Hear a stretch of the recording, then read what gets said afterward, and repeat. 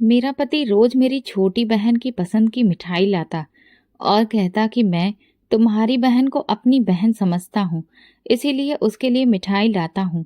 उसे मिठाई देने के लिए वो कहता कि उसे घर बुला लो। मैं भी बेफिक्र होकर उसे अपने घर बुला लेती, क्योंकि वो बहुत काली और बदसूरत थी। मेरा पति मुझ जैसी खूबसूरत पत्नी को छोड़कर भला उसकी तरफ क्यों देखेगा। एक दिन मैंने बहन को घर बुलाया और खुद बाथरूम में चली गई, लेकिन फिर फौरन ही जब साबुन लेने बाहर निकली और जो बाहर का नज़ारा देखा तो मेरी जान निकल गई। मेरी बहन फर्श पर। जब मैंने राकेश को पहली बार नीलम के लिए मिठाई लाते देखा तो दिल खुशी से भर गया। उस दिन नीलम ने कुछ खास नहीं किया था, बस घर के कोने में बैठी अपनी किताब पढ़ रही थी। राकेश ने आते ही मुझे आवाज़ दी, देखो, आज नीलम के लिए उसकी पसंद के गुलाब जामुन लाया हूँ। नीलम ने चौंक कर राकेश की तरफ देखा, फिर नजरें झुका ली। उसके चेहरे पर हमेशा की तरह खामोशी थी और सुकून। मैं मुस्कुराकर प्यालियों में चाय डालने लगी। दिल में फक्र का एक अनोखा एहसास था। मेरी बहन जो बचपन से रंग के ताने सुनती आई थी, अब एक ऐसे इंसान के हाथों से इज्जत पा रही थी जो उसे अपनी बहन कहता था। राकेश का व्यवहार मुझे हमेशा सुकून से भरा लगता था। जब भी नीलम को कोई तकलीफ होती तो वो उसके सर पर हाथ रखकर कहता, कभी लगे कि तुम्हें कोई कम समझ रहा है तो याद रखना कि तुम मेरी इज्जत हो। नीलम कम बोलती थी, शायद इसीलिए ज्यादा महसूस करती थी। उसकी आंखें अक्सर मुझे छुपाकर किसी और ही सन्नाटे में देखती थीं, जैसे उसके अंदर कोई और अधूरा सवाल हो। एक दिन दोपहर को मैंने उसे आंगन में बैठे देखा। राकेश भी पास में ही था। अखबार पढ़ते पढ़ते उसने एक बात कही, नीलम, तुम्हारा सलीका कमाल का है। तुम जैसी हो बहनें तो जिंदगी सुकून से गुजरे। नीलम ने बस सर हिलाया, पर उसके होठों पर एक अजीब मुस्कुराहट थी जो मेरे दिल को ठंडक दे गई। शाम को जब मैंने राकेश से पूछा, तुम नीलम को इतना खास क्यों समझते हो, उसने कहा, क्योंकि वो सबसे अलग है। अपनी बातों में, अपनी खामोशी में, अपनी सच्चाई में। वो मुझे अपनी छोटी बहन की याद दिलाती है जो अब नहीं रही। मैं वो बात दिल से लगा ली। नीलम वाकई किसी की याद हो सकती थी। वो एक परफेक्ट पर्सनैलिटी थी, बस दुनिया ने उसके रंग को एक पर्दा बना दिया था। मैंने कई बार उसे आईने में खुद को देखते पाया, फिर नजरें चुरा लेती। एक बार मैंने कहा, नीलम, तुम बहुत खूबसूरत हो।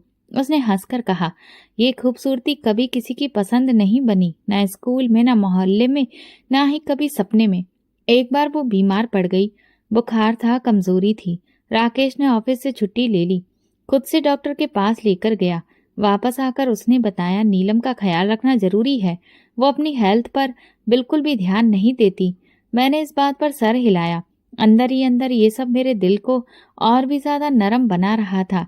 मैं सोचती थी कि शायद मेरी प्रार्थनाएं रंग ला चुकी हैं। एक ऐसा पति जो मेरी बहन को अपनी बहन से भी बढ़कर चाहता है। नीलम का बर्थडे था तो मैंने सोचा कि सादगी से मना लेंगे, लेकिन राकेश ने छोटा सा सरप्राइज प्लान किया। घर के आंगन में कुछ दोस्तों को बुलाया, छोटा सा केक और नीलम के लिए किताब, काली लड़कियों की खामोश कहानी, उसे ट्रॉफी की तरह दी। नीलम की आंखें नम हो गईं, मगर उसने कुछ नहीं कहा, बस केक काटते हुए एक लंबी नजर राकेश पर जा रुकी, फिर जल्दी से हटा ली। मैंने वो नजर देखी पर कुछ नहीं सोचा। मेरे दिल में शक की कोई जगह ही नहीं थी। आखिर नीलम मेरी बहन थी, सौतेली ही सही, और राकेश, वो तो मेरा सब कुछ था। बचपन में सौतेली माँ के पहले पति से हुई ये बेटी भी माँ की तरह ही मेरी जिम्मेदारी थी। इस दौरान कई और बातें भी हुई जिन पर उस वक्त ध्यान नहीं दिया। एक दिन नीलम ने कहा, दीदी, आप बहुत लकी हैं, राकेश जैसा पति हर लड़की को नहीं मिलता। मैंने हंसकर कहा, और तुम बहुत खुशकिस्मत हो कि तुम्हें ऐसे जीजाजी मिले हैं। नीलम ने हल्की सी हाँ कही और कमरे से बाहर चली गई। कभी कभी राकेश रात को देर से आता तो नीलम दरवाजा खोल देती। मैं किचन में होती, आवाज सुनती, मगर ये सब नॉर्मल लगता था। एक दिन राकेश ने आकर कहा, नीलम को अकेला मत छोड़ा करो, उसे अकेलापन पसंद नहीं। मैंने चौंक कर उसकी तरफ देखा। वो कुछ कहती नहीं है, मगर महसूस जरूर होता है। मैंने ये सब उसकी आदत समझा। कोई और होती तो शायद सोचती, सवाल करती, पर मैंने कभी राकेश पर शक नहीं किया। वो इंसान जो मेरी बहन के लिए दुनिया से लड़ने का जज्बा रखता था, उस पर शक, ऐसा मैं कभी नहीं कर सकती थी। मेरे लिए नीलम एक दुखती रग थी और राकेश उसका मरहम। ये रिश्ता जो इन दोनों के बीच में पनप रहा था, मुझे एक खुशफहमी में रखे हुए था। नीलम ने जब 10वीं के बाद आगे पढ़ने की इच्छा जाहिर की तो मुझे खुशी हुई। मैं जानती थी कि वह हमेशा किताबों से जुड़ी रही, लेकिन कभी भी अपनी इच्छा को साफ तौर पर जाहिर नहीं किया था। मैंने राकेश से बात की। उसने तुरंत कहा, नीलम जैसी लड़कियों को आगे पढ़ने का मौका जरूर मिलना चाहिए। हम दोनों ने शहर के सबसे अच्छे कॉलेज का रुख किया और वहां उसका एडमिशन हो गया। पहला दिन आया तो मैंने कहा, मैं नीलम को खुद ले जाती हूँ, मगर राकेश ने मना कर दिया। तुम रोज के काम में उलझ जाती हो, मैं लेकर जाऊंगा। सुबह जल्दी निकल सकता हूँ, कोई दिक्कत नहीं है। मैंने मान लिया। मुझे कभी उस पर शक करने की कोई वजह नहीं मिली थी। कॉलेज के गेट पर जब राकेश ने नीलम को अंदर भेजा तो उसकी नजर आसपास के माहौल का जायजा ले रही थी। नीलम ने खुद को साधारण कपड़ों में छुपाया हुआ था, जैसे अपने वजूद से नजर चुरा रही हो। मैं खिड़की से ये सब देख रही थी। राकेश ने उसके कंधे पर हाथ रखकर कहा, पहला दिन है, घबराना मत। नीलम ने हल्के से सिर हिलाया और गेट के अंदर चली गई। शाम को मैंने नीलम से पूछा, पहला दिन कैसा था? उसने साधारण सा जवाब दिया, ठीक था। मैंने हंसकर कहा, बस ठीक? वो बोली, कॉलेज बड़ा है, लड़कियां अलग दुनिया की लगती हैं। राकेश ने भी बाद में हंसकर कहा, शुरू में सबको ऐसा ही लगता है, वक्त के साथ आदत हो जाएगी। अगले दिन फिर वही रूटीन, नीलम को लेकर जाना, मैं घर के कामों में लग जाती। कुछ दिन ऐसे ही गुजरे। फिर एक दिन एक कॉल आई, एक अनजान नंबर से। लड़की की आवाज थी, संजीदा और सपाट। क्या आपको पता है, आपकी बहन रोज एक आदमी के साथ आती है? मैं सुनकर हंस दी। दिल ही दिल में सोचा, बेवकूफ लड़कियां शक करना सीख गई हैं। मैंने फोन बंद कर दिया और राकेश को बताया भी नहीं। उस वाक्य के बाद मैंने नोट किया कि नीलम अब कॉलेज से वापसी पर ज्यादा देर तक अपने कमरे में रहने लगी थी। पहले वो आते ही मुझसे बातें करती, अब बस मुस्कुराती और दरवाजा बंद कर लेती। मैंने एक दिन पूछा, नीलम सब ठीक तो है ना? उसने कहा, बस थकान हो जाती है। राकेश ने भी कहा, रोजाना लंबा सफर है, थक जाती होगी। कुछ दिनों के बाद मैंने राकेश के बैग में एक डायरी देखी। अच्छा इत्तेफाक था कि वो खुल गई तो अंदर कुछ तस्वीरें बनी हुई थी, एक लड़की के लंबे घने बाल और एक लॉकेट। मैं चौंक गई और सोचा, राकेश ड्राइंग करता है? मैंने पूछा, ये तुमने बनाया है? उसने मुस्कुराकर कहा, हाँ, बस यूं ही वक्त गुजारने के लिए। उसी दिन मैंने नीलम को आईने के सामने देखा। बालों में नई क्लिप लगी थी और चेहरे पर हल्की सी चमक थी। मैंने हंसकर पूछा, ये क्लिप कहाँ से लाई हो? उसने कहा, एक सीनियर लड़की ने गिफ्ट में दी है। मैंने दिल में सोचा, शायद अब वो दोस्त बना रही है। मगर अगले दिन मैंने वही क्लिप राकेश की गाड़ी में देखी, सीट के नीचे गिरी हुई। मैंने फिर भी खुद को समझाया, कई चीजें इत्तेफाक से भी हो सकती हैं। पर फिर छोटी छोटी बातें जुड़ने लगीं। एक दिन मैंने नीलम के बैग में एक लेटर पाया, बिना नाम का। बस इतना लिखा था, तुम्हारी जो खामोशी है वो मुझे जकड़ लेती है। मैंने सोचा ये किसी पहचान वाले ने लिखा होगा, मगर नीलम से पूछा, ये लेटर किसने दिया? उसने परेशान होकर कहा, पता नहीं, मेरी किताब में रखा हुआ मिला। मैंने बात छोड़ दी, पर मेरे मन में बीज बो चुका था। कुछ दिन बाद नीलम के कॉलेज में एक फंक्शन था। मैंने जाने की इच्छा जाहिर की, पर राकेश ने कहा, मुझे पता है कि तुम्हें भीड़ भाड़ पसंद नहीं है, मैं साथ में चला जाऊंगा। नीलम खामोश रही। मैंने बस सिर हिला दिया। जब वो दोनों वापस आए, नीलम के चेहरे पर हल्की सी चमक थी। उसने मुझे बताया, फंक्शन अच्छा था लेकिन म्यूजिक बहुत तेज था। राकेश बोला, नीलम ने वहां एक कविता भी सुनाई, सबने खूब तारीफ की। मैंने पूछा, तुमने कभी बताया ही नहीं कि तुम कविताएं भी लिखती हो? नीलम ने नजरें चुराई, बस यूं ही कभी कभार। इस समय वो पहली फोन कॉल बार बार मेरे मन में घूमती रही और अब मुझे हंसी नहीं आती थी, बस खामोशी छा गई थी। नीलम की बदलती हुई आदतें मेरे सामने आने लगी थीं। जो कभी आईने से नजरें चुराकर गुजरती थी, अब रोज शाम के वक्त खामोशी से ड्रेसिंग टेबल के सामने खड़ी हो जाती। मैं कभी कभी दरवाजे से झांकती तो देखती कि वो लिपस्टिक लगा रही होती, हल्की सी। कई बार वो कोई छोटा सा लॉकेट पहन लेती जो उसकी गर्दन पर चमकता रहता। बालों में खुशबू और चेहरे पर वो परछाई जो पहले कभी नहीं देखी थी। मैंने एक दिन हैरत से पूछा, इतना तैयार होने की क्या जरूरत है, कहीं जा रही हो? वो हंसती। उसकी हंसी में वो मासूमियत नहीं थी जो पहले होती थी। उसने कहा, अपने लिए तैयार होना सीख रही हूँ। और उसे देखकर मैंने उसकी आंखों में एक चमक देखी, ऐसी चमक जो रोशनी नहीं, खौफनाक लग रही थी। मैं चुपचाप किचन में आ गई। राकेश तब घर पर नहीं था। रात को जब वो आया नीलम ने उसे पानी दिया और हल्की सी खुशबू कमरे में फैल गई। राकेश ने एक पल के लिए उसे देखा, फिर टीवी का रिमोट उठा लिया, लेकिन मेरी नजरें उस लम्हे को नोट कर चुकी थीं। अगले दिन मैंने नीलम को किचन में देखा, कोई नई डिश बनाने की कोशिश में लगी थी। मैंने कहा, ये सब कब सीखा? वो बोली, यूट्यूब से। राकेश जीजा जी को नई चीजें पसंद है ना? मैंने चौंक कर उसे देखा। तुम्हें कैसे पता? वो बोली, उन्होंने एक दिन जिक्र किया था कि चाइनीज खाना पसंद है, तो मैंने सोचा ट्राई करूं। मैंने बर्तन धोते हुए कहा, कॉलेज पर ध्यान दो, खाना पकाना हमारा काम है। वो खामोश हो गई, फिर नरमी से बोली, मैं तो सिर्फ सीख रही हूँ, कुछ गलत तो नहीं किया। एक और दिन शाम को मैंने देखा कि वो अपने कमरे में कुछ कपड़े चुन रही थी। मैं अंदर गई। एक सूट उसके हाथ में था, वही रंग जो राकेश को पसंद था, नीला। मैंने कहा, ये कब लिया? नीलम बोली, कॉलेज में कल फूड डे है, सब कुछ अच्छा पहनकर जा रहे हैं। मैंने कुछ भी नहीं कहा, बस सिर हिला दिया। अब जब राकेश घर आता, नीलम उसके सामने ज्यादा सुकून से रहती।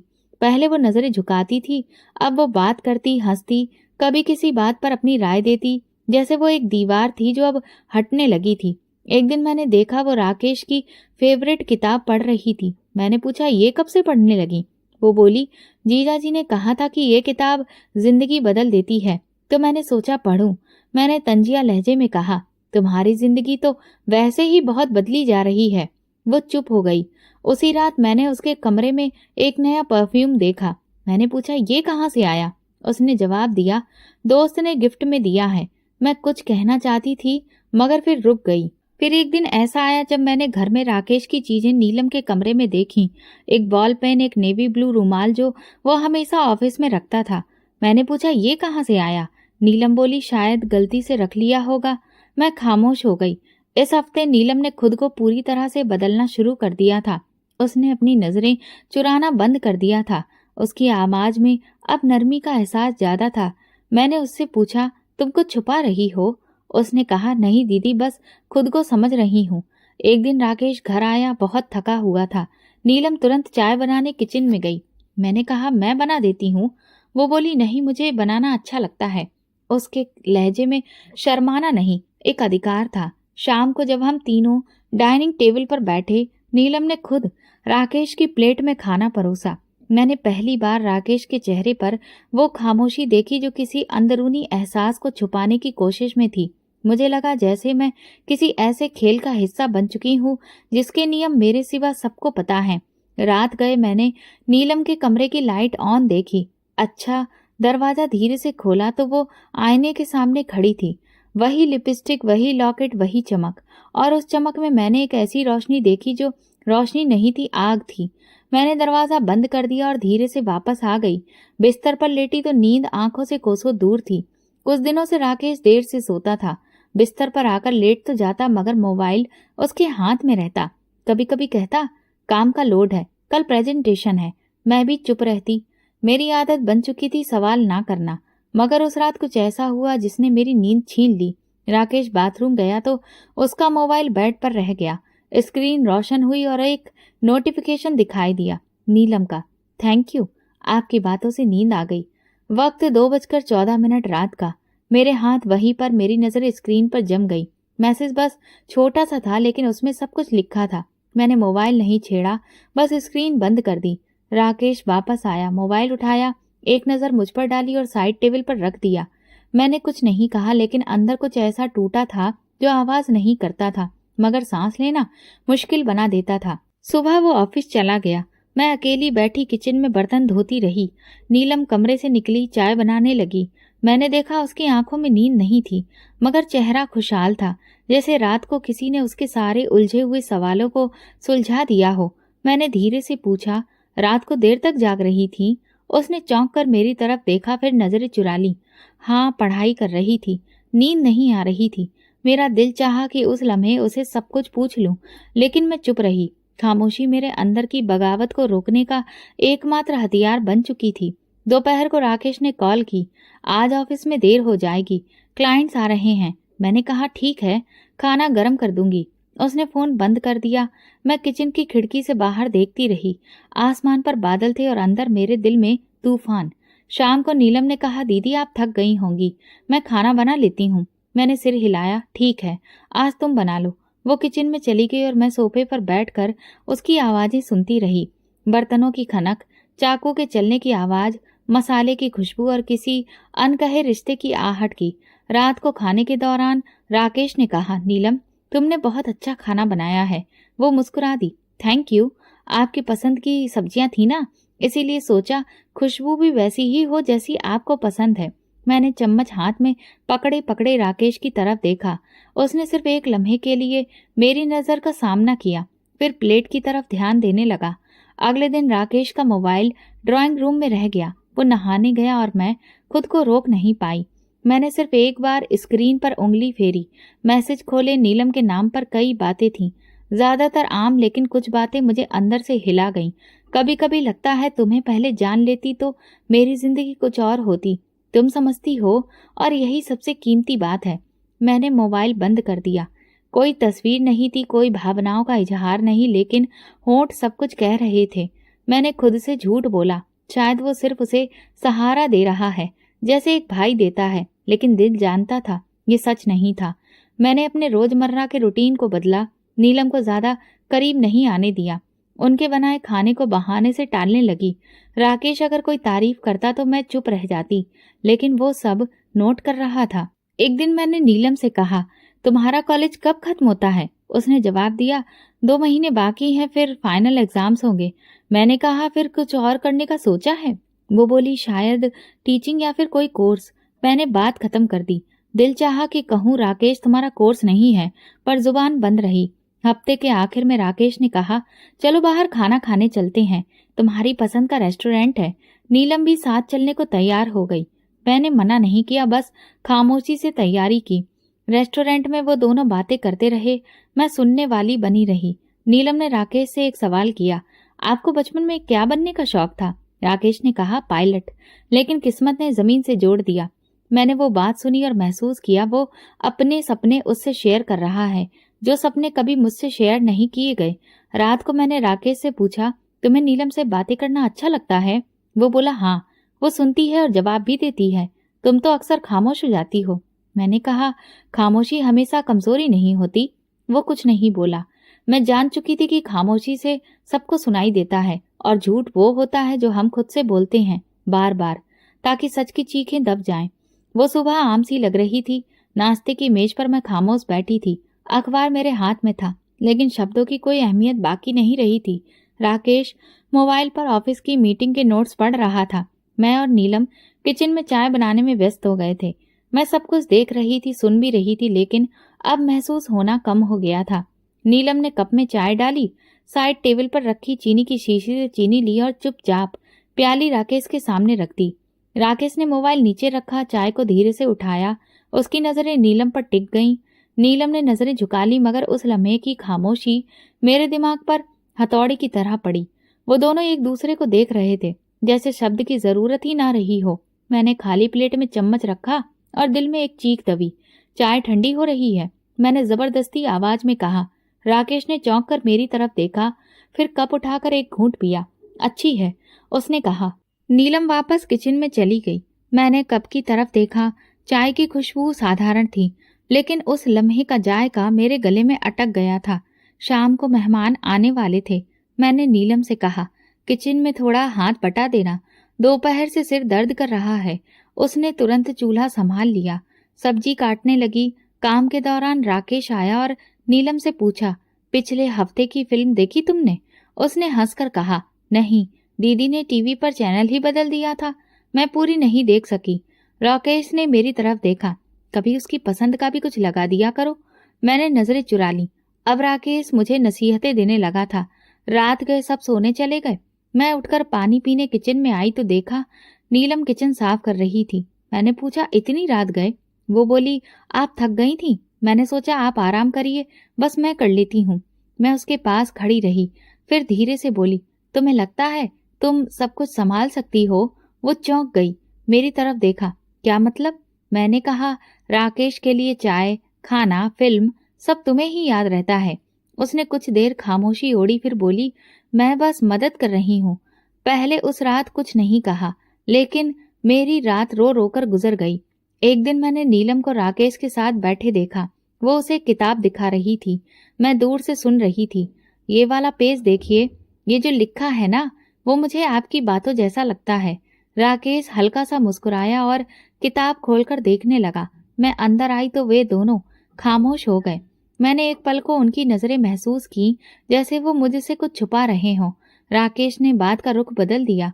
आज खाने में क्या है? मैंने जवाब दिया, जिसका स्वाद तुम्हें अब याद नहीं रहता। वो चुप हो गया और नीलम चेहरा झुकाकर किचन में चली गई। कुछ दिन के बाद सुबह नीलम ने फिर चाय बनाई। मैंने कप उठाने के लिए हाथ बढ़ाया तो उसने राकेश के सामने रख दिया। मेरे हाथ हवा में रह गए। राकेश ने बस एक लम्हे को मेरी तरफ देखा, जैसे कुछ कहना चाहता हो, मगर वो लम्हा गुजर गया। मैंने उस दिन चाय नहीं पी।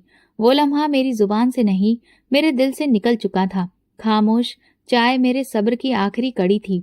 मैंने बहुत दिनों से किसी से दिल की बात नहीं की थी। अंदर ही अंदर सब सहती जा रही थी, जैसे खामोशी मेरे वजूद का हिस्सा बन गई हो। लेकिन उस दिन जब सोनिया मिली, उसकी आंखों में एक अलग ही सवाल था। हम कॉफी शॉप पर बैठे थे, पर मेरी नजरें बार बार मोबाइल पर जा रही थीं। राकेश ने निकलते वक्त कहा था, नीलम को कॉलेज से लेते हुए कुछ मिठाई लेते आऊंगा। उसकी तबीयत आज कुछ बोझिल सी थी। सोनिया ने कॉफी का घूंट लिया, फिर बोली, तुम्हारा पति रोज मिठाई लेकर आता है ना? तुम्हारी बहन के लिए? मैंने सर हिलाया। हाँ, वो कहता है नीलम को मीठा पसंद है।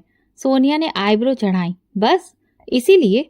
या फिर तुम्हें पता ही नहीं कि वो अब क्या पसंद करता है? मैं हंस पड़ी। सोनिया, वो नीलम है, मेरी काली शर्मीली साधारण बहन। उसे कोई वैसे नहीं देखता जैसे हम देखते हैं। सोनिया ने चम्मच रखी और धीरे से कहा, कभी आईने से बाहर भी देखा है? मेरे दिल में कुछ उलझा, जैसे जमीन नीचे से खिसकने लगी हो। मैंने जल्दी से बात बदली। नीलम अब थोड़ी खुल गई है। तुम्हें याद है पहले कितना चुप रहती थी? सोनिया ने मेरी तरफ देखते हुए कहा, कभी कभी जो चुप रहते हैं वही सबसे ज्यादा बोलना चाहते हैं। सिर्फ सुने जाने की देर होती है। मैंने कॉफी का कप हाथ में लिया, लेकिन होठों तक नहीं ले जा सकी। अंदर कोई बात गर्दिश कर रही थी, एक सवाल जो मैं खुद से भी पूछने से डरती थी। घर वापस आई तो राकेश और नीलम आंगन में बैठे थे। राकेश कुछ समझा रहा था, शायद उसके नोट्स का कोई हिस्सा, और नीलम खामोशी से सुन रही थी। मैंने कप धीरे से रखा, लेकिन दोनों ने मुझे आते देखा और बात रोक दी। राकेश ने कहा, नीलम का वाइवा होने वाला है, मैं कुछ तैयारी करवा रहा था। नीलम ने नजरें झुका ली। मैंने कहा ठीक है, और अंदर चली गई। कमरे में आकर मैंने आईना देखा। मेरे चेहरे पर वो सुकून नहीं रहा था जो कभी हुआ करता था। एक औरत अपने चेहरे पर थकान, धोखा, झूठ सब पढ़ सकती है, अगर वो खुद को पढ़ने की हिम्मत रखे। अगले दिन नीलम किचन में थी। मैंने उससे कहा, आज तुम्हारा पेपर था? नीलम ने कहा, हाँ। ठीक हो गया? मैंने पूछा, राकेश लेकर गया था? वो रुकी, फिर धीरे से बोली, हाँ, उनका ऑफिस भी उसी तरफ था तो साथ चले गए। मैंने कुछ नहीं कहा। उसी दिन शाम को मैंने जानबूझकर नीलम के कमरे का रुख किया। दरवाजा खुला था। वो टेबल पर बैठी कोई कार्ड बना रही थी। मैंने कहा, ये क्या है? वो चौंक गई। बोली, बस ऐसे ही बोर हो रही थी तो सोचा कुछ क्रिएटिविटी कर लूं। मैं करीब गई और देखा कार्ड पर लिखा था, कभी कभी किसी की मौजूदगी किसी कीमती चीज से ज्यादा कीमती होती है। मैं खामोशी से पलट गई। उसी रात राकेश ने कहा, नीलम की तबीयत कुछ दिनों से डाउन है, उसे बाहर ले जाना चाहिए, कुछ फ्रेश हवा मिलेगी। मैंने सिर हिलाया। ले जाओ, तुम्हारी समझदारी पर अब मुझे शक नहीं रहा। राकेश ने चौंक कर मेरी तरफ देखा, लेकिन कुछ बोला नहीं। नीलम दरवाजे के पास खड़ी सुन रही थी। मैंने देखा उसके चेहरे पर कोई भाव नहीं था। शायद वो अब जान चुकी थी कि मैं सब जान गई हूँ। अगली सुबह मैंने सोनिया को कॉल किया। तू कल फ्री है? वो बोली, हाँ, सब ठीक। मैंने कहा, आईने से बाहर देखने का वक्त आ गया है। सोनिया हंसी। क्या नजर आया? मैं खामोश रही। फिर कहा, सब कुछ, जो अब तक नजरअंदाज करती रही थी। मैंने इस बार चाय खुद बनाई। जब राकेश ने पूछा, नीलम कहाँ है, तो मैंने जवाब दिया, जहाँ तुम रोज मिठाई लेकर जाते हो वहीं होगी। वो खामोश हो गया और मुझे लगने लगा कि सच के करीब होना सबसे तकलीफदेह बात होती है। कई दिनों से मैं हर लम्हा कुछ न कुछ देख रही थी, एक खामोश सिलसिला जो अब नजरों से नहीं, दिल को जख्मी करने लगा था। मैंने हर छोटी बात को नजरअंदाज किया, हर बड़े लम्हे को इत्तेफाक समझा, लेकिन कुछ बातें ऐसी होती हैं जो अंदर जम जाती हैं, जैसे कोई दाग जो न छूटता है न छुड़ाता है। वो शाम बारिश हो रही थी। मैंने आंगन से कपड़े समेटे और कमरे की तरफ बढ़ गई। नीलम बैठी किताब पढ़ रही थी। कमरे में अंधेरा था। खिड़की के पास रखी मोमबत्ती की लौ टिमटिमा रही थी। मैं अंदर गई, एक पल को रुकी, फिर धीरे से पूछा, एक बात पूछूं? नीलम ने नजर किताब से हटाई। जी दीदी, मैंने सांस भरकर कहा। राकेश तुमसे इतना क्यों बात करता है? नीलम के हाथ से किताब फिसलते फिसलते रह गई। उसने पलकें झुकाई और धीरे से कहा, क्योंकि आप सुनती नहीं हो। वो सिर्फ सुनता है। उसके शब्द मेरी हड्डियों में सनसनाहट बनकर उतर गए, जैसे किसी ने मेरी हंसती हुई खामोशी को नोचकर बाहर फेंक दिया हो। कमरे में एक पल को खामोशी छा गई। मैं उसके चेहरे की तरफ देखती रही। आंखों में नमी थी, लेकिन शर्मिंदगी नहीं। वो नजरें नहीं चुरा रही थी, जैसे उसने कुछ छुपाने की कोशिश नहीं की थी। मैं पलटकर बाहर आ गई। दिल जैसे सीने में नहीं, पैरों में धड़कने लगा था। अगले दिन राकेश जल्दी घर आ गया। नीलम लॉन्ज में मौजूद थी। उसने कहा, आपको ऑफिस से छुट्टी मिल गई? राकेश हंसा। आज दिल नहीं लग रहा था। सोचा कि तुम लोगों के साथ वक्त गुजार लूं। मैंने बात काट कर कहा, काम का दिल छोड़ना भी अब आसान हो गया है।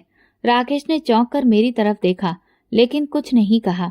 नीलम ने खामोशी से पानी का गिलास लाकर टेबल पर रख दिया। राकेश ने गिलास उठाया और एक लम्हे के लिए नीलम की तरफ देखा, फिर धीरे से कहा, थैंक यू।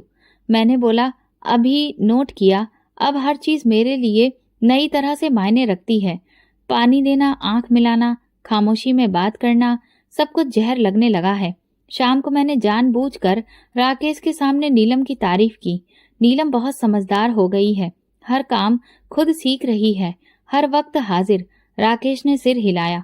हाँ, उसके जैसा ध्यान रखने वाला कम ही होता है। मैंने सवालिया नजरों से उसकी तरफ देखा।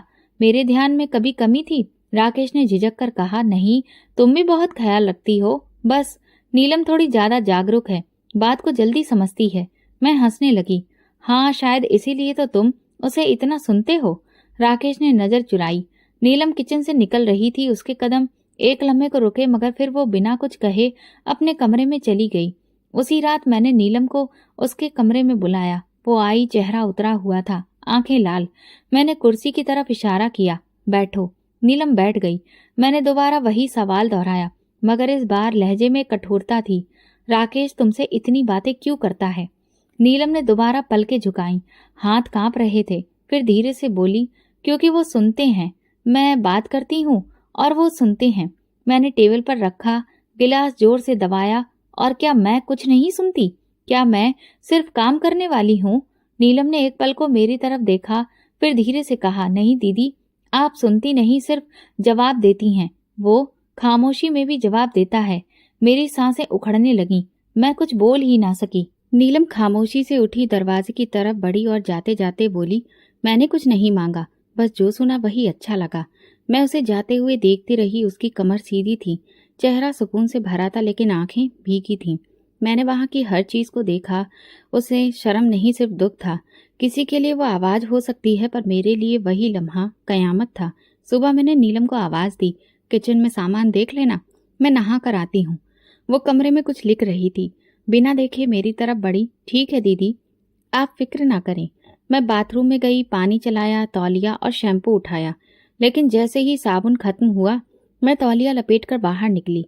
दरवाजा खुला और फिर जो नजारा देखा, मेरी आत्मा जैसे शरीर से निकल गई हो। सामने लॉन्च के पास नीलम बैठी थी। उसकी आंखों में नमी थी, होंठ कांप रहे थे, और राकेश उसके सामने झुका हुआ था। राकेश ने झटके से गर्दन मोड़ी, मुझे देखा और फौरन सीधा हो गया। नीलम के हाथ कांप रहे थे। वो घबराकर खुद को संभालने की कोशिश कर रही थी। मेरे कदम दरवाजे पर जड़ हो गए, जैसे जमीन में धंस गए हों। राकेश ने तुरंत कहा, ये कुछ नहीं है। वो गिर गई थी, बस। मैंने हाथ उठाकर उसे रोक दिया। मेरी समझ जैसे कट चुकी थी। उसकी आवाज आ रही थी, मगर अब उसका कोई मतलब नहीं रह गया था। नीलम ने उठने की कोशिश की, लेकिन उसका दुपट्टा एक तरफ पड़ा था, बाल बिखरे हुए थे और वो नजरें नहीं उठा पा रही थी। मैंने एक कदम पीछे हटाया और दरवाजा बंद कर लिया। कमरे में आकर मैं जमीन पर बैठ गई। पूरा शरीर ठंडे पानी से भीगा था, लेकिन आत्मा जैसे पसीने से भीगी हुई थी। राकेश दरवाजे के बाहर आया। वो बस गिर गई थी। तुम गलत समझ रही हो, मैं कसम खा सकता हूँ। मैंने कुछ नहीं कहा। नीलम की चप्पल की आवाज सुनाई दी, फिर दरवाजा बंद होने की, जैसे वो भी अब कैद हो गई हो। किसी ऐसे लम्हे में जो कभी मिट नहीं सकता। शाम तक मैं बिस्तर पर लेटी रही, किसी से कुछ पूछा नहीं, न राकेश से न नीलम से। घर में मातम जैसा माहौल था, मगर ये खामोशी भी तबाही की आवाज होती है। रात को राकेश मेरे पास आया, बैठा और धीरे से बोला, क्या तुम मुझ पर भरोसा नहीं करती? मैंने सीधा उसकी आंखों में देखा। वो चुप हो गया। मैंने कहा, झूठ मत बोलो, मुझे अब सच सुनने की आदत हो चुकी है। राकेश ने कहा, मैं कुछ नहीं कहना चाहता, तुम जो चाहे सोच लो। वो हंसी जो दिल के अंदर खून बनकर निकली थी। अगले दिन नीलम मेरे सामने आई, हाथ में ट्रे थी जिसमें 4 बिस्किट थे, जैसे कुछ हुआ ही ना हो। मैंने कहा, अब भी चाहती हो कि मैं कुछ ना पूछूं? वो रुकी, बस बोली, आपने कुछ खाया नहीं था। मैंने सवाल दोहराया, राकेश के सामने क्यों थी? क्या चल रहा था? नीलम ने नजरें झुका ली, फिर धीरे से बोली, मैंने कुछ नहीं किया। मैं फुपकारते हुए बोली, तो वो झुका हुआ क्यों था? तुम जमीन पर क्यों थी? वो बोली, मैं गिर गई थी बस। मैं चाय की ट्रे ले जा रही थी। मैंने ट्रे एक तरफ रख दी। चुप रहो नीलम, बहुत बोलने लगी हो। वो चुप हो गई, लेकिन उसकी खामोशी में वो बेगुनाही नहीं थी। घर का हर कोना मेरे लिए अब अजनबी हो चुका था। दीवारें जैसे मुखौटे पहन चुकी थीं। मैं वो औरत बन चुकी थी जो अपने ही घर में अजनबी हो गई थी। 2 दिन बाद मैंने नीलम को देखा। वो छत पर फोन पर बात कर रही थी। मेरे आने पर चौंकी नहीं, फोन बंद किया और नीचे आई। मैंने पूछा, किससे बात हो रही थी? वो बोली, ममता से। मैं हंसी, अब तो तुम्हारे बहाने भी बदलने लगे हैं। नीलम चुप हो गई। उसी रात मैंने राकेश के फोन की स्क्रीन पर एक नोटिफिकेशन देखा। नीलम का मैसेज था, तुम ठीक तो हो ना? मैं परेशान हो गई हूँ। मैंने फोन उसके सामने रख दिया। ये भी सिर्फ ख्याल है ना? राकेश ने कहा, हाँ बस ख्याल। मैंने कहा, फिर मुझे बता दो, मोहब्बत कब से ख्याल बनने लगी है? वो चुप रहा और वही खामोशी मेरी आखिरी चीख बन गई। मैंने खुद को बहुत दिनों तक खामोश रखा। वो दरवाजा जो मैंने कभी खुद खोला था, अब मेरे सोचने तक के लिए भी बंद हो चुका था। राकेश और नीलम का हर वजूद, हर आहट मेरे अंदर कुछ नोच रहा था, लेकिन मैं कुछ कहती नहीं थी। मैं संभलती रही, जैसे सब कुछ ठीक हो सकता है। लेकिन कुछ सच ऐसे होते हैं जो जुबान पर आ जाएं तो वापस नहीं जाते, और दिल पर आ जाएं तो खत्म नहीं होते। उसी दिन जब राकेश ऑफिस से आया, मैंने दरवाजे पर ही रोक लिया, बैठो, मुझे तुमसे बात करनी है। वो चौंक गया, मेरी आंखों में देखा, फिर धीरे से सोफे पर बैठ गया। मैं उसके सामने बैठकर बोली, एक सवाल है, सीधा जवाब चाहिए, झूठ बर्दाश्त नहीं होगा। राकेश ने सांस भरी, पूछो। मैं नजरें गड़ाकर बोली, क्यों? वो जैसे लम्हा भर रुका, फिर धीरे से बोला, तुम तो हर चीज में खूबसूरती ढूंढती हो, मैं इंसान ढूंढ रहा था। मेरे हाथ कपकपाने लगे। राकेश ने बात जारी रखी, नीलम में वो दर्द था जो तुम्हें कभी नहीं था। तुम पूरी थी, खुश, साफ, मजबूत। नीलम टूटी हुई थी, बिखरी हुई। मैं उसे जोड़ने लगा और फिर शायद उसमें खुद को देखने लगा। मेरे अंदर जैसे कोई चीज खामोशी में दफन हो गई। मैं कांपते हुए लहजे में बोली, मेरी बहन, मेरी जगह। राकेश ने नजरें झुका ली। मैंने गर्दन मोड़कर दरवाजे की तरफ देखा। नीलम वहां खड़ी थी, सीधी, खामोश। उसकी आंखें मेरी तरफ नहीं, जमीन पर थीं। मैंने पूछा, तुमने कुछ कहा क्यों नहीं? वो चुप रही। मैं चिल्लाई नहीं, मैं फटी नहीं, बस अंदर से बिखर गई। मैं उसके पास गई, कब से? नीलम ने धीरे से सर झुका लिया। पता नहीं कब हुआ कि वो मेरी बात समझने लगा। मैंने कठोर लहजे में कहा, मैं तुम्हारी बात नहीं समझती थी। वो बोली, आपने कभी वक्त ही नहीं दिया, कभी सुना ही नहीं। मैं एकदम पीछे हट गई, जैसे जमीन खींच रही हो। तुम्हें मेरी जगह चाहिए थी नीलम। वो बोली, नहीं, बस कोई ऐसा जो सुन ले। राकेश ने मेरी तरफ देखा। ये सब गलत हो गया, हम चाहते नहीं थे, बस। मैंने बात काट दी। बस क्या? मोहब्बत हो गई। कमरे में गहरी खामोशी छा गई, जैसे दीवारों पर शब्दों की लाशें लटक गई हों। मैं किचन में गई, एक गिलास पानी पिया, लेकिन वो गले से नीचे नहीं उतरा। वापस आई और दोनों को देखा। राकेश मेरी नजर बर्दाश्त नहीं कर सका। नीलम की पलकें भीग चुकी थी, लेकिन जुबान पर कोई माफी नहीं थी। मैंने कहा, मैं अब यहाँ एक पल भी नहीं रुक सकती। राकेश उठकर बोला, सुनो प्लीज, कोई फैसला जल्दी ना करो। मैं मजाक उड़ाते हुए हंसी। तुमने फैसला कब मुझसे पूछकर किया था? फिर नीलम की तरफ देखा। तुम्हें अंदाजा है तुमने क्या किया है? वो चुप रही, जैसे सदियों से गुनाह की सूली पर चढ़ी हो, मगर सजा का डर ना हो। मैंने चप्पल पहनी, दरवाजा खोला और पीछे मुड़े बिना निकल गई। गली के नुक्कड़ पर रुकी, लेकिन वापस नहीं देखा। दिल में सिर्फ एक बात धड़क रही थी, मेरी बहन, मेरी जगह। और मैं सिर्फ एक सवाल बन गई। मैं घर से निकली तो दरवाजे पर कोई नहीं आया। राकेश चुप रहा। नीलम ने भी नहीं रोका। मैंने कोई सामान नहीं लिया, बस वो जो साथ रखा, जो अब किसी के लिए कुछ भी ना रहा था। वही दरवाजा जहां से मैं विदा होकर आई थी, आज मुझे अर्थी की तरह बाहर निकाल रहा था। जिंदा शरीर मुर्दा रिश्ता। टैक्सी में बैठकर पीछे देखा, वो बालकनी खाली थी। नीलम वहीं थी, मेरे घर में, मेरी जगह पर। पहला दिन मामा के घर गुजरा। उनसे कुछ नहीं कहा, बस यही बताया कि राकेश से झगड़ा हुआ है, कुछ वक्त के लिए आई हूँ। मामा ने कुछ नहीं पूछा और ठीक है कहा। मैं दिन भर सोफे पर बैठी रही, कभी अपने नाखून देखती, कभी खाली दीवार। मामा की बेटी अनामिका पास आई। आपकी तबीयत ठीक है? मैंने सर हिलाया। बस थोड़ा सा दर्द है। अगले दिन मामा काम पर चले गए और मैं अकेली बैठी अपने फोन की स्क्रीन को घूरती रही। राकेश की कोई कॉल नहीं आई, नीलम का कोई मैसेज नहीं आया। ये खामोशी मेरे लिए सबसे बड़ा शोर थी। दोपहर को अनामिका ने बताया कि बुआ के यहाँ पर फंक्शन है, चलेंगी ना? मैंने मना कर दिया। अब कुछ भी देखने की हिम्मत नहीं थी। दिल में सिर्फ एक बात गूंज रही थी, आज वो मेरी जगह है। शाम को फोन बजा, सोनिया थी। तुम कहाँ हो? मामा के घर पर, मैंने कहा। वो चुप हो गई, फिर बोली, मैं जानती हूँ तुमने सबको छोड़ दिया है। मैंने कहा बस, अब और संभाला नहीं जा रहा। सोनिया ने धीरे से सांस ली। राकेश ने कुछ कहा नहीं ना? उसने रोका ना, सफाई दी। सोनिया ने फिर खामोशी के बाद कहा, तो समझ लो वो सब कुछ एक्सेप्ट कर चुका है। उसी रात मैंने आंखें बंद की तो सपने में वही नजारा। दरवाजा खुला, नीलम जमीन पर थी, राकेश झुका हुआ और मैं पत्थर बनी खड़ी। सुबह आंख खुली तो मैंने खुद को आईने में देखा, चेहरा उतरा हुआ, आंखें लाल, बाल बिखरे हुए और दिल बिल्कुल खाली। 3 दिन गुजर गए, ना कोई कॉल ना कोई बात। चौथे दिन माँ ने प्यार से पूछा, बेटा घर वापस जा रही हो? मैंने धीरे से जवाब दिया, घर अब किसी और का हो चुका है।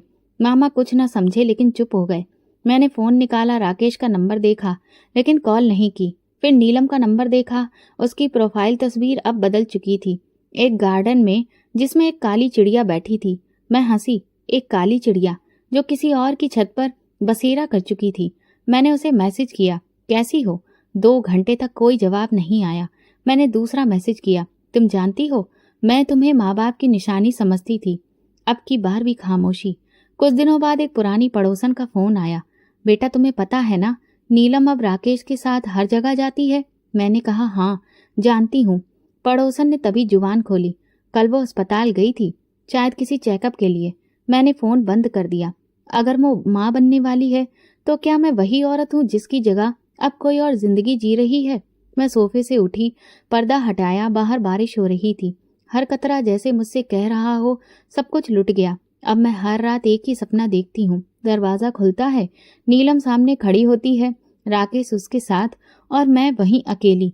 इस लम्हे में कैद। दरवाजे खुलते हैं, बंद होते हैं, रिश्ते उतर जाते हैं और जगह भर जाती है, लेकिन कुछ खालीपन उम्र भर साथ रहता है। अदालत की इमारत के अंदर सब कुछ नियम के हिसाब से लग रहा था। एक टेबल, 2 कुर्सियां और दीवार पर टंगी एक घड़ी जो शायद मेरी जिंदगी की आखिरी घड़ियां गिन रही थी। मैं खामोश बैठी थी। वकील ने सारे कागजात मेरे सामने रखे, एक कलम मेरे हाथ में दी। मैंने कलम को देखा जैसे उसके जरिए कोई रिश्ता तोड़ने जा रही हूँ, जो कभी सपना था, कभी हकीकत और अब सिर्फ एक बोझ। राकेश मेरे बाईं तरफ कुर्सी पर बैठा था। उसके चेहरे पर कोई भी भाव नहीं था, न परेशानी न पछतावा। जज ने पूछा, कोई वजह? मैंने कुछ पल सोचा, लेकिन जुबान पर सिर्फ एक सादा सा जुमला आया, कुछ रिश्ते शब्दों के काबिल नहीं होते। जज ने सिर हिलाया और साधारण शब्दों में कहा, तलाक मंजूर किया जाता है। बस इतना ही, ना कोई बवाल, ना सफाई, ना सवाल। राकेश ने एक बार भी मेरी तरफ नहीं देखा। वो उठा, अपने कागज पकड़े और जैसे किसी ऑफिस से फाइल लेकर बाहर निकल जाता है वैसे ही निकल गया। मैं वहीं बैठी रही, कुछ देर सोचती रही, क्या यही अंजाम था? शायद हाँ, या शायद मैंने बहुत देर कर दी। बाहर जाकर आसमान देखा, साफ था, लेकिन दिल में बादल थे। मैंने रिक्शे पर बैठकर वापस मामा के घर आई। रास्ते में बार बार मोबाइल की स्क्रीन चेक की, कोई नोटिफिकेशन नहीं था, ना राकेश की तरफ से ना नीलम की तरफ से। बस एक सन्नाटा था जो अब मेरा साया बन चुका था। उसी रात मैंने नीलम को एक आखिरी मैसेज किया, मैं आजाद हो चुकी हूँ, तुम्हारे लिए अब कोई रुकावट नहीं रही, खुश रहो। मैसेज डिलीवर हुआ लेकिन रीड नहीं। अगले दिन तक कोई जवाब नहीं आया। चौथे दिन मैंने उसका स्टेटस देखा, नया था, एक खूबसूरत रंग और कैप्शन, नई शुरुआत। मेरे हाथ से मोबाइल छूटते छूटते बचा तो ये उनके लिए नई शुरुआत थी और मेरे लिए बस एक अंत, बिना आवाज, बिना अधिकार। मैंने सोनिया को बताया तलाक हो गया है। वो बोली मैं आ रही हूँ। 2 घंटे बाद वो मेरे सामने बैठी थी, मेरे हाथों को पकड़कर बोली तुमने बहुत हिम्मत दिखाई है।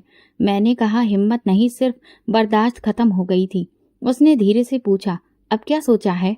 मैंने जवाब दिया कुछ भी नहीं, अब सोचने के लिए कुछ बचा ही नहीं। अगले दिन मामा ने मुझसे कहा बेटा चाहो तो कहीं नौकरी कर लो, वक्त कट जाएगा। मैंने हाँ कर दी। एक छोटे से स्कूल में पढ़ाने की नौकरी मिल गई। बच्चे मासूम होते हैं, उनके चेहरों पर कोई धोखा नहीं लिखा होता। मैं रोज बच्चों को पढ़ाती, शाम को घर आती और रात को खुद से सवाल करती किसकी गलती थी।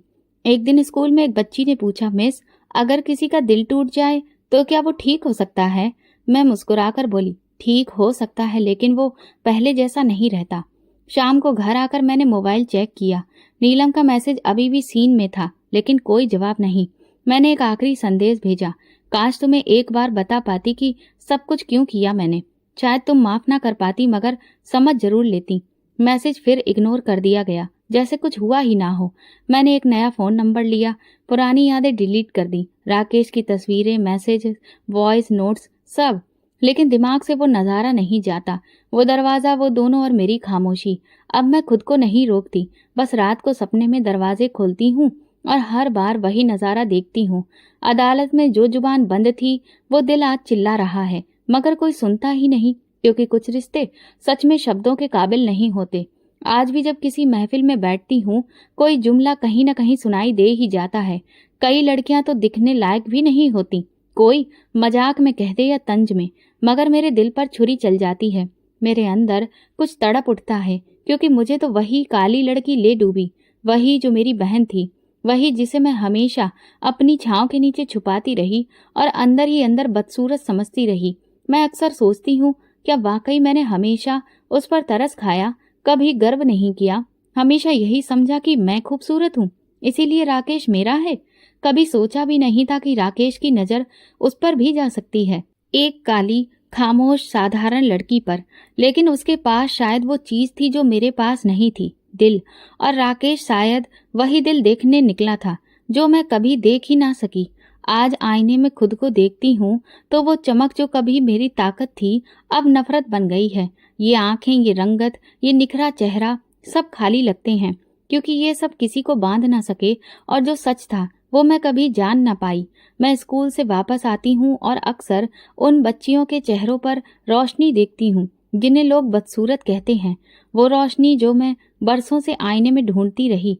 एक बच्ची अक्सर कहती है सब कहते हैं मैं काली हूँ, पर मेरे पापा कहते हैं कि मैं उनका गुरूर हूँ। मैं हंस देती हूँ, लेकिन अंदर कहीं जलती हूँ।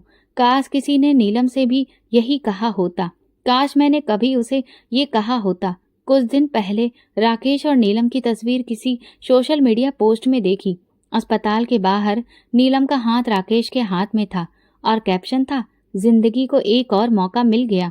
मैंने मोबाइल बंद कर दिया। न तस्वीर ने बताया, न शब्दों ने कि वो मौका किसके मलबे पर खड़ा हुआ है।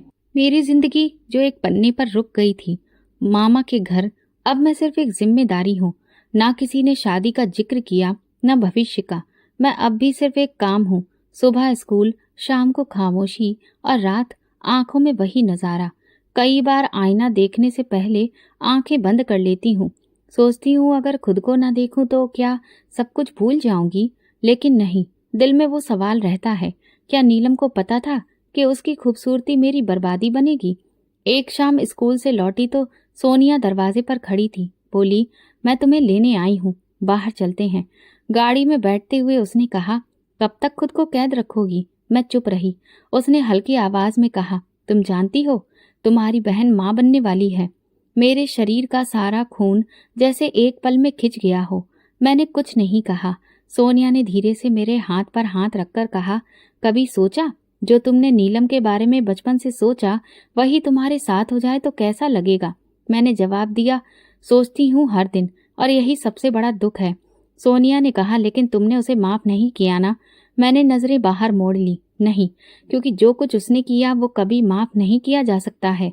मैं जानती हूँ वक्त सब बदल देता है, मगर कुछ जख्म होते हैं जो सिर्फ नजरों से ओझल होते हैं, दिल से नहीं। एक दिन स्कूल में एक बच्ची ने पूछा, मिस आपकी बहन है? मैं चौंक गई। कुछ लम्हों तक चुप रही, फिर धीरे से कहा, हाँ थी। बच्ची ने मुस्कुराकर कहा, वो आप जैसी खूबसूरत होगी ना। मेरे होंठ कांप गए।